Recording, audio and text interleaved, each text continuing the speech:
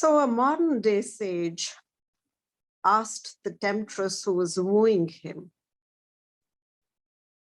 "And how can you love me?" She was surprised by his question. And after thinking a bit, she replied, "I will love you and want you like no other person." And of course, she meant she wanted to possess him, to cling to him dearly, to desire him deeply. And she said, "I shall never leave you. And also, I will always do as you ask of me." And the sage heard her and smiled quietly to himself. He knew that her first promise of wanting him like no other one actually was a call, an announcement, a declaration of possession and clinging to him, holding on to him. And he knew it would bring him pain. The second promise was one of ownership and attachment. And the third was a projection. She herself didn't know that in saying that she will always do what he wanted, what she actually meant was that I will ask of you to do as I want. It was a hidden desire to dominate him. And it was then that the temptress turned to him because she thought she had given this profound offering of love in her three promises. And she said, "Will you love me any differently?" He had a long pause before he went on to say, "I shall understand my lover and meet her wherever in her spiritual evolution she is, not wanting to fix her or change her. I shall not direct her life, nor tell her how she should live. And I shall not expect her to fill the void in me." The temptress looked confused. "Is this love?" she questioned him. And the sage explained, by not misunderstanding her, not wanting to direct her life, he was accepting her wholeheartedly. By not expecting her to change for him, he was offering her the freedom to simply be who she was. And by not expecting her to fill the void in him, he was allowing for the space in which a sacred partnership could grow, each one at their own pace. So the sage informs us that romantic love involves possession, attachment, and domination, while mature love offers wholehearted acceptance, freedom and space to simply be as one is, and it allows for a spiritual partnership to blossom. Now, interestingly, when we think of romantic love, all the associations in our mind seem to be very glamorous. Strangely enough, people have always said, "Have you fallen in love?" And for a long time, I remember in my growing years, there was a need to sort of modify and correct that seeming distortion. How can you fall in love? Aren't you meant to rise in love? But you know, romantic love is something you fall in. Because if you dissect romantic love and you look at the dark underbelly of it, you will discover 4 dark secrets. What does romantic love entail?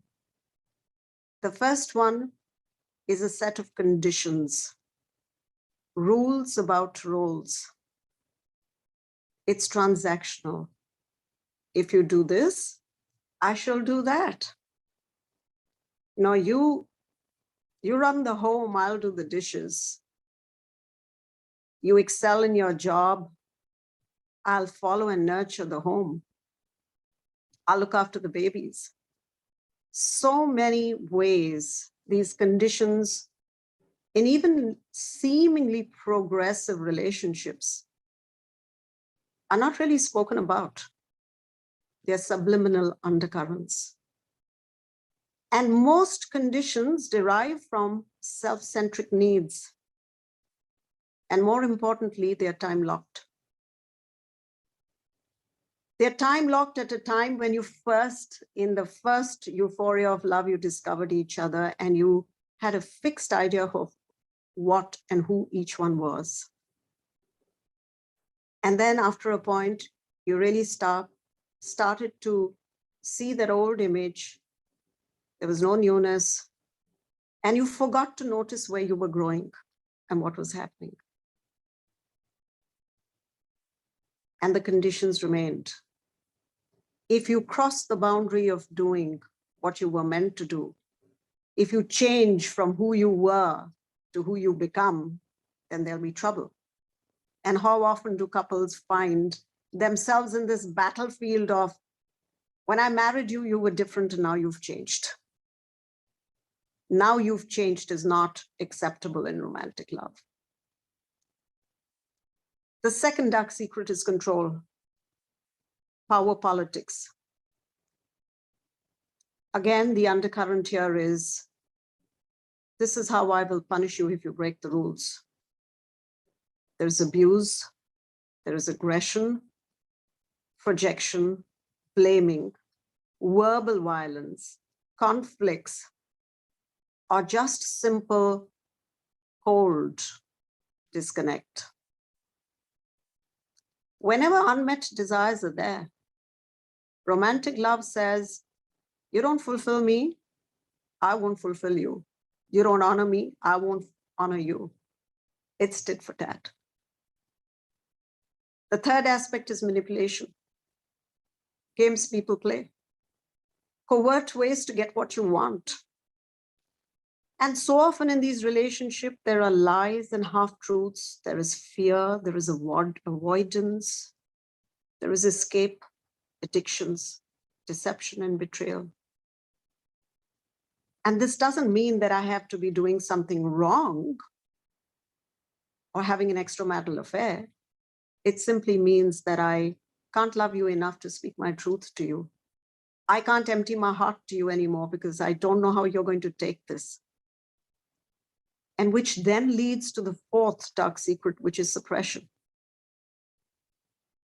If I say this to him, it will upset him. It will ruin the harmony of the family life or the harmony of the relationship.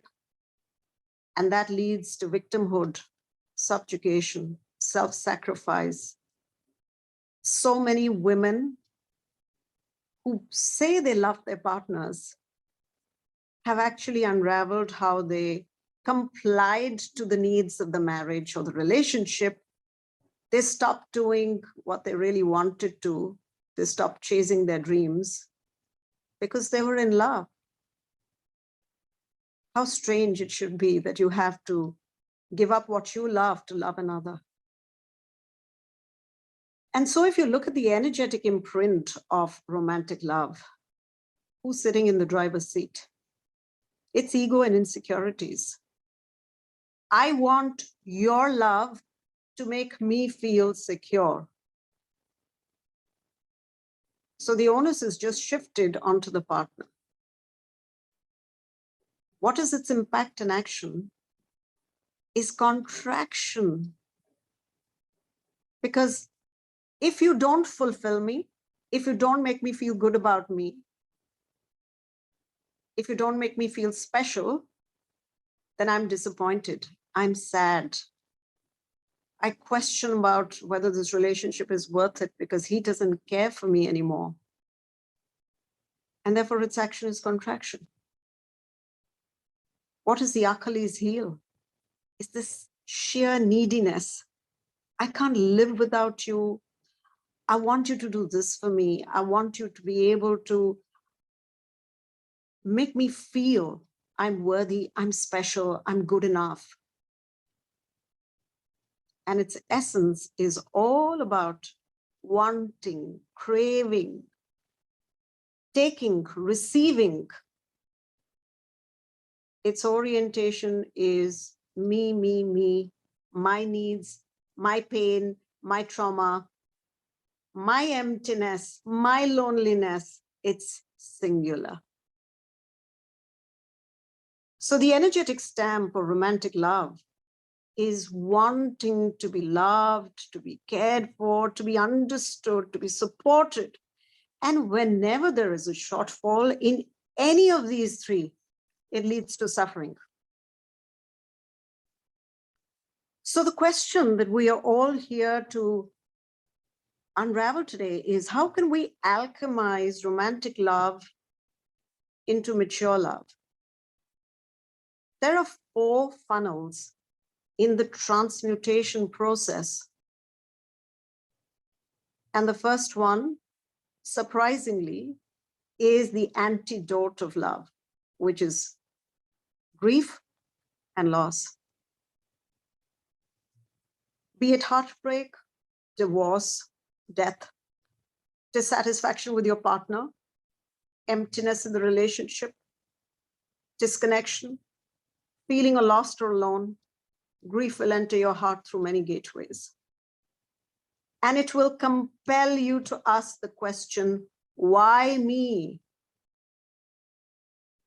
But when this why me is outward directed, the alchemizing power of the question becomes impotent. Why did he let me down? Why did he betray my trust? Why did he leave me? Why doesn't he support me? Why doesn't he understand me? When the why is outward directed, the energy cannot impact upon the metal of your own consciousness. And which is why it becomes so important to direct the why me during grief and loss inwards. Grief impregnates you with the desire to understand the design of life. It urges you to reflect upon the mind of God, on the illusion of control and your own minus. When you work with grief in the inward manner, it activates the journey to awakening. It leads you into a search for truth. And you can do this by asking yourself all those why and what questions. What are my personal tragedies and wounds? What are my beliefs that keep me feeling so wounded and wanting and needy? Why is my life so hard? What am I not seeing? Why are my relationships not working? What am I learning from this experience? This is the power of grief. During the pandemic, I started running grief circles across the world and navigating, supporting, and holding the space for grieving people. And very recently, because I also train women to become grief doulas, to support and lead other circles, I asked a group of these women, how have you grown through your grief? Women who had encountered grief not only through losing their spouses or children, but they were young enough women who were 25 right up to 80 years old. And some of their answers were absolutely fascinating. One of them said, I was emotionally shut down. Now I can feel more. I feel I've become human. I can feel the pain of others. I can be vulnerable and alive. Interestingly, this person's father had wanted her to be very strong through life. That was part of her childhood wounding, which doesn't really appear like wounding. But through the grieving process, what was unraveled is in the desire to receive her father's affection and love. She decided to become strong and shut down her emotional centers.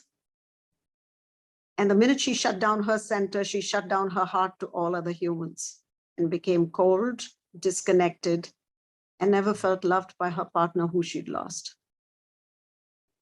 There were other people who said it helped them build empathy and allowed them to offer space for other grieving people. And this person had been bullied in school. And being bullied, she hadn't received their empathy, and so she shut her empathy down to others. Someone said that it was only during the grieving process and in the circle that she was able to grieve her mother 15 years after her death, because she was the doer and the people pleaser and the savior. So she spent 15 years of her life helping others, but not grieving her own loss. So as you can see, grief opens up the doorway to make you better attuned to others, to let you feel more intensely. It makes you less selfish, more vulnerable, empathetic, and caring. And when we look at the energetic imprint of romantic love, one of the problems, biggest problems, was the orientation of minus and me and my neediness. So romantic love cannot see the need of the other. Romantic love is not attuned to the trauma of the other. It does not want to understand the worldview of the other individual. All it cares about is, you have not fulfilled me, and I am angry with you, and I'm going to blame you, and I'm going to punish you, and you're the cause of my misery. The second funnel, and you have to go through all the 4 funnels to be able to birth mature love. The first one is to look into your own life and to see, what do you need to grieve? What all encounters did you have with things that you wanted but couldn't have? Ways in which you wanted to be loved but were not loved? What you lost when you were abused, either emotionally, psychologically, or sexually? All of these things prevent you from birthing mature love. So first, you need to heal those to become a romantic lover to your own self, and from there, a mature lover to your own self. Second is healing the father wound, and this for women is absolutely critical. This wound is formed when in infancy, the father is either missing, or if he is physically present, he is psychologically and emotionally not attuned to the child, the girl child in specific, because we're talking about the father wound here. Did you receive the attention, the affection, the acknowledgement, the care, the time, the kind words, the encouragement, the listening, the conversations, everything that you wanted from your father? Or did you not receive it? And we've all not received some of these things because there is no such perfect father on the planet who can give us all of these things. We are all wounded in some ways. We all carry the father wound. Now, unconsciously, what we do is we have a silent tracking device inside of our hearts, which is looking for a resonant match with a partner who carries the same wounding process as our father. He will wound us in exactly the same ways that our father wounded us. Because then we have an opportunity to see the wound, to become aware of it once again, to not bury it deep within, to attend to it and hopefully heal it. So what you couldn't express to your father now emerges as active conflict and resentment with your partner. What you couldn't blame your father for, you will blame your partner. So by healing the father wound, this superimposition of the wounds on the relationship begins to dissolve. And you can see your partner differently. A young girl who always attracted psychologically unavailable men in her life, was abused in her relationships, was treated badly. She went on repeating this pattern in 5 relationships till finally she had a breakthrough with her own father. She was able to heal that disconnect. She was able to get his attention. And then like magic, there was a man who entered her life, and for the very first time, she felt honored in that relationship. It looks like a miracle, but it is simply energetics. The energy that you carry of that wound, that father wound within you, is going to find its match in your partner. And that romantic relationship cannot heal till you heal the father wound in your own being. The third funnel you must work through is unlearning your coping mechanisms. When as a child, your needs were not met by your father, you devised ways of getting his attention. Did you become the overachiever? Do you have to serially accomplish something? What did you do to be seen and heard? How did you get his attention? Those childhood behaviors that were designed primarily to get the father's love, affection, endearment, now become the roadblocks in your advancement in relationships. So you're serially accomplishing, but you cannot give time to the relationship. Something is missing here. And that is your inability to dissolve the coping mechanism, the strategy you devised to get your father's attention, which you're continuing to use way after its need has expired. It is not serving you now. It served you in infancy. Now it is causing trouble in your relationship. So you must learn to break that down. Aarti, she felt very neglected when her father was constantly in a traveling job for long periods. And she had to live with her grandparents. And every time when she wanted his presence and he was not there at all the important occasions in her growing years, she used anger as a way of dealing with that absence and told herself, I don't need anyone. I can do everything on my own. And that became the problem in every romantic relationship that she was ever in. Every time the man seemed to be busy with his thing, she would walk away saying, I don't need this relationship. I'm enough on my own. It was only when we started working with that issue, when she started recognizing these coping mechanisms of childhood, and she could see that they were damaging her relationships in romantic love, did she take a more tolerant view of her partner's busyness. And she was able to create a better understanding. There is a subset of this which is also learned behaviors. The only way we learn to be in relationships is by observing our own parents. Whatever dysfunctions existed in the relationship with our parents, and we may have made a pact with ourselves, I'm never going to do what mom did.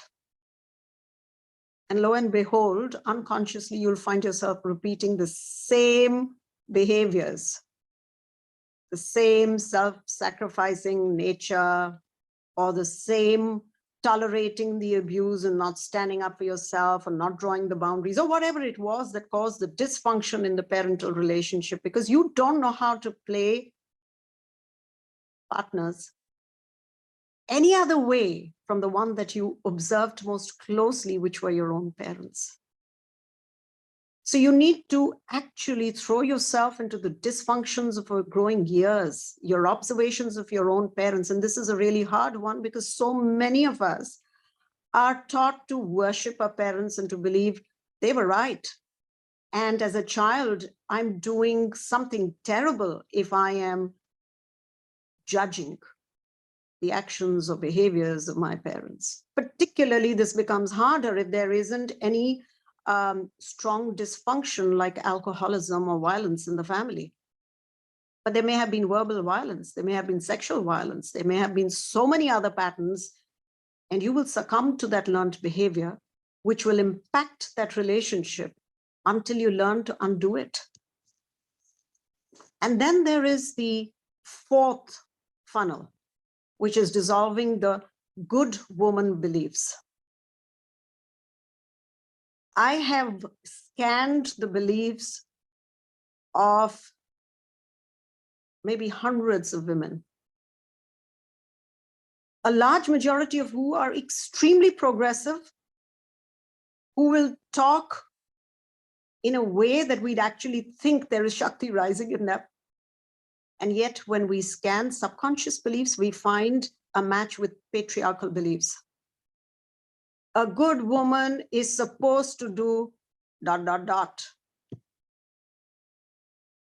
She is supposed to listen to her husband, comply with her husband, stay back and tend to the children. She is supposed to keep quiet when the man is getting angry. She is supposed to offer her body in bed. So many good women beliefs. And which is why unconsciously she keeps acting and behaving in ways that defy her intellectual understanding. And she wonders, why am I even doing this? But she has no way of controlling it, because the subconscious is so powerful. Unless these are identified and released, you can't birth mature love. These four funnels are so critical, and you have to walk through each one of them before you can start hoping to discover mature love. And so then what does this mature love look like? There are four pillars of mature love. The first one is understanding your partner. In mature love, you have a deep understanding of your partner's childhood wounding patterns. What are his fears, his unconscious fears? What are his traumas and triggers? What gets his hot buttons flying off the handle? What makes him feel insecure and unsafe in the world? Why does he react? And what does that reaction tell you about what he may have encountered as a child? Study your man like a lab rat, with the sole intention of expanding your own love for him, but do it without attachment. Do it to understand his very soul. What are the imprints upon his soul? The second is self-awareness. Are you aware of your own father wounding patterns? What were the dysfunctions in your parents' relationships? What have you learned unconsciously through imitation from your own mother? Because a young girl learns to become a woman by imitating her mother, as a young son does by imitating his father. What are the strategies and coping mechanisms that you devised and which are now running on unconscious automaton? What are some of your ancestral and family beliefs about genders, about love, about men and women, successful relationships, good marriages? Are you aware of all those beliefs? What are the gender roles and associations? What are your own traumas and triggers? What is your own neediness and lack? What are your recurring patterns? What do you crave? Why do you feel unfulfilled? Why is your relationship currently lacking? The need to actually investigate deeply into your own life. And then, having found the answers to these, there is something that is catalyzed within you. Because now you understand the wounding pattern of his soul and your soul. And you can see how they will act and react as these two base metals come together. There is also the importance of stopping being a victim. We all have an aspect of our own victimhood. Are we aware of which part of us and in what circumstances automatically switches on our victimhood? Why is it that we can't take full ownership of some of the choices or circumstances that we attract? We have to stop making excuses for what's happening in our life. Are we postponing or deprioritizing growth? Can we find the courage to attend to our shadows and repressed aspects of ourselves? Can we understand why and when we become sacrificing and compliant in our relationships that overrule our deeper desires for agency and truth about our own lives? Why are we not willing to stand up, to speak up, and why do we suck up? And the last is connected communication. Do we have the ability to discuss complex matters harmoniously? Can we talk about the impact others are having on us? Can we talk to our partner about the impact that he is having on us without blaming, shaming, or criticizing him? Can we help him understand his own wounds and our wounds? And then can we use compassion to draw revised boundaries? Not through anger or reactions, but through the deep understanding of how we became who we became in this relationship. These 4 pillars allow mature love to be born. And the energetic stamp of mature love, in the driver's seat, we see awareness, understanding of self and partner. Its action on us is expanded power, because now we have the freedom to say what we want, to express our truth without hurting the other person. So we expand and they expand. The Achilles heel, of course, in this case, is that our old instinctive impulses and patterns may overtake us at some point, and we may slip back into our old state. And so we need to be vigilant of it. But the essence clearly is about sharing and about serving the other soul and my own soul. Its orientation is unified, and its energetic stamp is freedom, openness, space, and acceptance.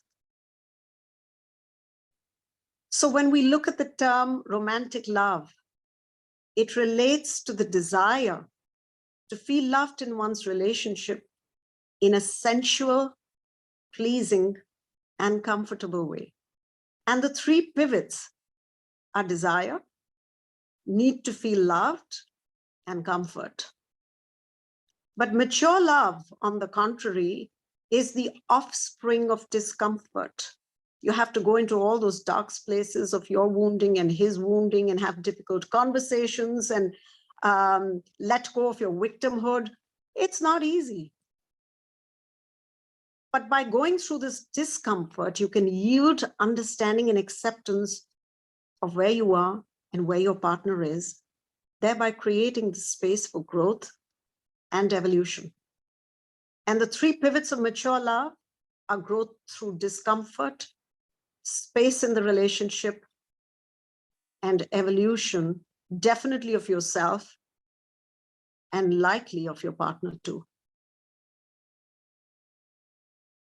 But I think before I come to the end of my sharing, it's very important to also ask the question, hey, but why go through all of this trouble? Why do I need to birth mature love? Why is romantic love not? It's okay. It's okay to sort of have your battles and fight and just go through life as it is. What's wrong with that?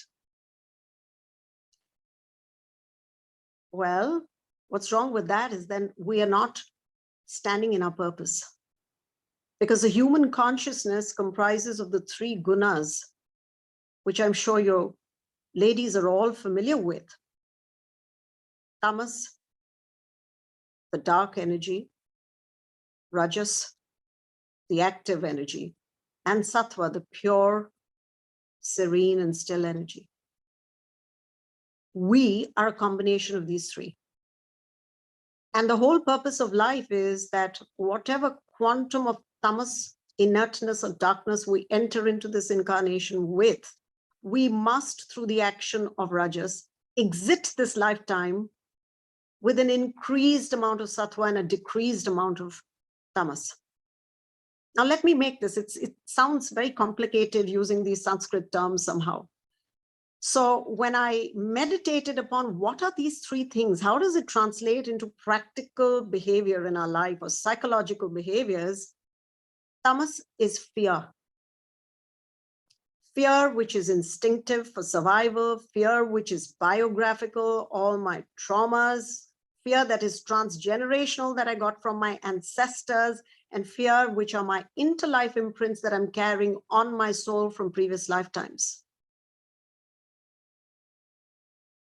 And Rajas, these are the choices that we will make through willful action, which is really our karma. What are our thoughts? What are our speech? What are the choices that we will make to transform these instinctive fears into mature love? Because Sattva is mature love. And therefore, if we decide to ignore mature love, and if we do not have the impulse, the desire, or the determination to birth it, then we are actually saying that we're willing to do lip service to evolution and growth in this lifetime, but we are not willing to engage in the really hard work. We are not willing to meet the road where the rubber hits it. Thank you very much. I hope you've enjoyed. Yeah. See, a lot of the work has to be done on your own soul imprints, not on the deceased father. So first identifying what is it that I wanted from him that I didn't receive? In what way did I want to be loved? And it did not happen. So which are really the inner child's regrets about not having been loved in a certain way. And then you use tools like writing letters to your father, having conversations with your father in prayerful meditativeness, imagining or role-playing him sitting just in front of you or beside you and having imaginary conversations with him where you can do your own role completion. It's a bit like playing the empty chair exercise where you, when you're working through your own wounds, you sit on one chair and you speak to your perpetrator, which is an empty chair. And then you switch over to the other side and you sit on the empty chair and you become the perpetrator and you respond to your own self. So you can use the empty chair technique to sit with your father and to help him understand. And it's so powerful because you will, when you do the exercise, you will receive deep insights into his explanations or his regrets. And that'll help you complete whatever it was with him. You can also then put these into your dream states and receive dream messages or visitations in dream. So do dream work. The whole idea and the focus is to use the why inwards. When you identify on wounds, you've already activated the alchemizing effect. It will take you deep into the journey of your own biography. And I've actually done this work not just with parents, but I've done it with 15 ancestors. And I've been able to identify the wounding patterns of my father's grandmother, who I've never even met, and similarly on my mother's side. So all of it is actually powerful if you're committed to doing it. Let's go back to the energetic imprint of mature love. I will accept you and meet you wherever you are in your evolution. I do not have a desire to fix you or make you grow. So that is the starting point. The second part is that if I have truly done my work, because I will always meet my resonant match, then whatever my partner is presenting to me is where I am at. It's not a reflection on him, it's a reflection on me. And maybe I just have an intellectual notion of my own growth and I'm projecting. And this is the really hard part. This is where the shadow gets very deep, because when we know too much, we can fool ourselves very easily. And therefore, I always like to study what resonant energy the experience is bringing to me. It's biofeedback. It's the universe's biofeedback loop. If I'm encountering an experience, I need to look inwards. Which part of my shadow have I not met so far? And I have seen miraculously when it truly dissolves in you. You're wondering, how did this man change overnight? That behavior just drops. And you think he's evolved. No, he hasn't evolved. Your resonant pattern made the relationship evolve. You drove it. You made magic happen. So it always comes back to the unified approach. I am my partner. I am his reflection. He is my mirror. What am I not seeing?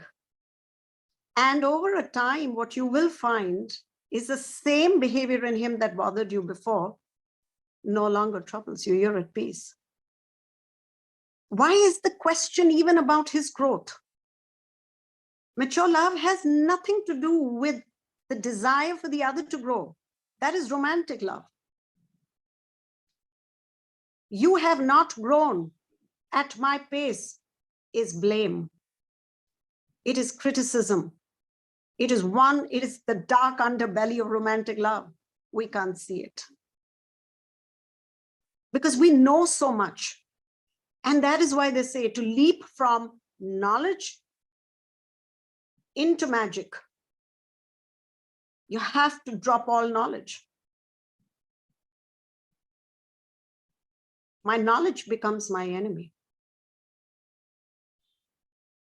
You know, it was very interesting. I was at the healthcare conclave yesterday with a host of India's most brilliant doctors, and we were talking about breast cancer.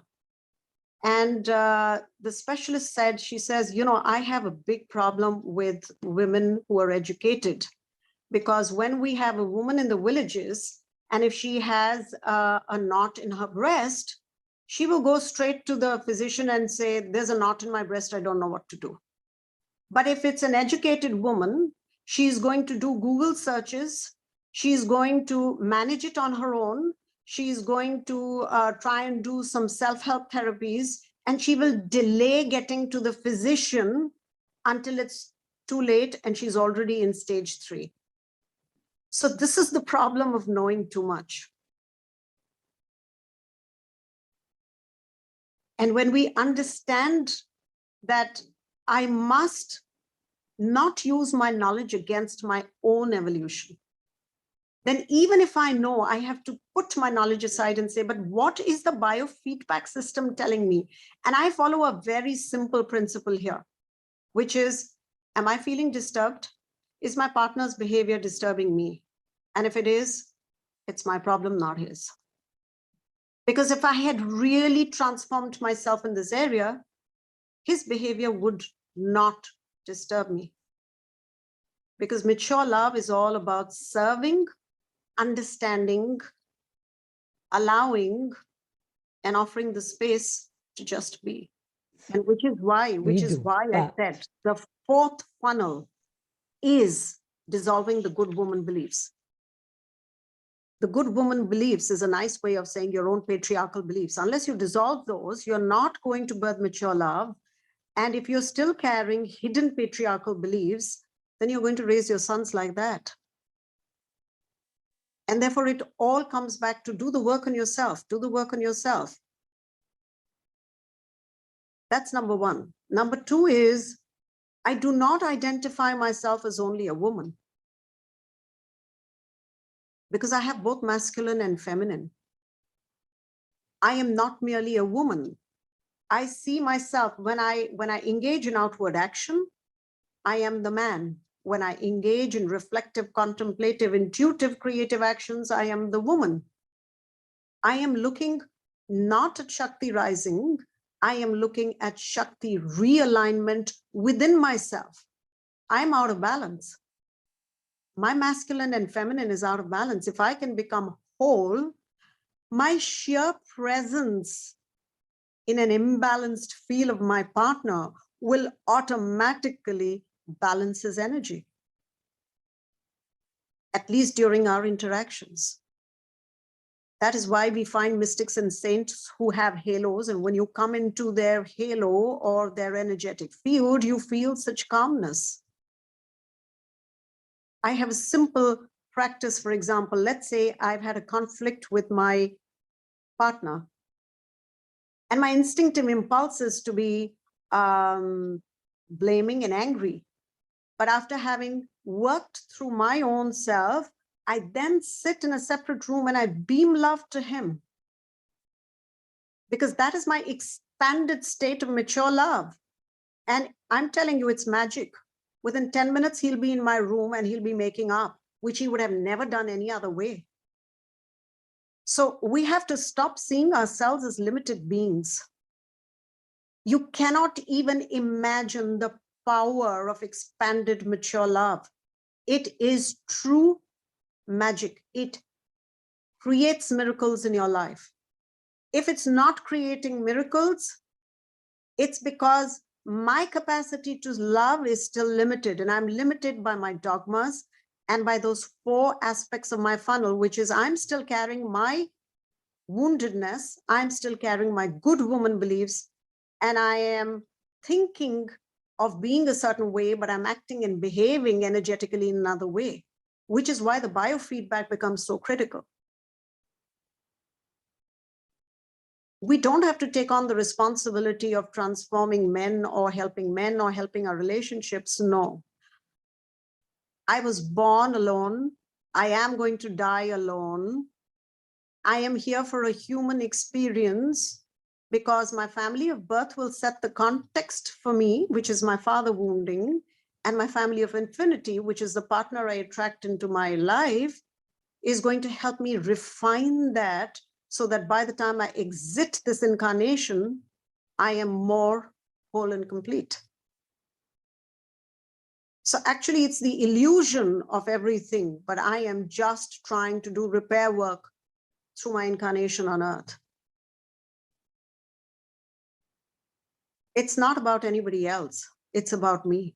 Very clearly, the study of epigenetics shows that the unresolved patterns of the parent are transferred to the progeny. So you're already carrying the unresolved patterns of your ancestors. And if you don't do the work in this lifetime, you are going to transfer these patterns to your children and grandchildren. And in fact, that has been one of my key areas of work. And the reason that I do so much scanning on the unconscious beliefs is because the only way to bring children into the world is through this work on our own selves. Children who are truly tabula rasa, or children who are not carrying the baggage of the ancestors. So you can imagine if I'm carrying the baggage of 3 generations behind me, and with my grandfather and grandmothers put together, there'll be a combination of 15 grandparents and my own parents' baggage. And then I have my own life traumas. Do I even have a chance to ever be free? I am just going to be doing the cleaning up work my whole life, and I'll be most likely reacting. So if we want our progeny to actually become the harbingers of the golden age, it is so important that we do this work every single day of our lives. And I've actually dedicated myself to this work, and I have people asking me, why are you even thinking so far ahead? You're never going to see these children of the golden age. And I said, well, people who designed churches and the churches were completed 3 generations later, those churches would never have gotten built if somebody had not conceived of them. So can we build this church of golden children? That's the work that we're doing. There may be your affections or unreciprocated affections with somebody. There may not be one fixed partner, but if that person is in relationships, you will see the pattern. There has to be other people for the redemption of your karmas, even if they seem to be one-night stands. That in itself is a telling pattern. That there is no permanent partner, there is no permanent source of support. There is a feeling of being in limbo. There's a feeling of not being anchored in the relationship.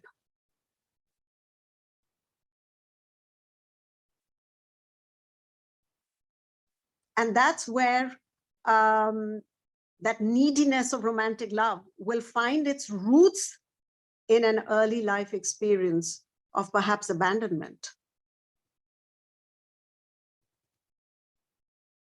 Or when children are orphaned, or when a father just leaves the mother and child and vanishes, never to contact that family again. So we will always go back to some anchoring pattern in childhood. And in fact, the simplest way of going through that funnel is by just asking for Source to show me the truth about everything that I need to know about my existence in this incarnation. Show me how to undo the damage that I've done to my soul. Show me how to make myself whole again.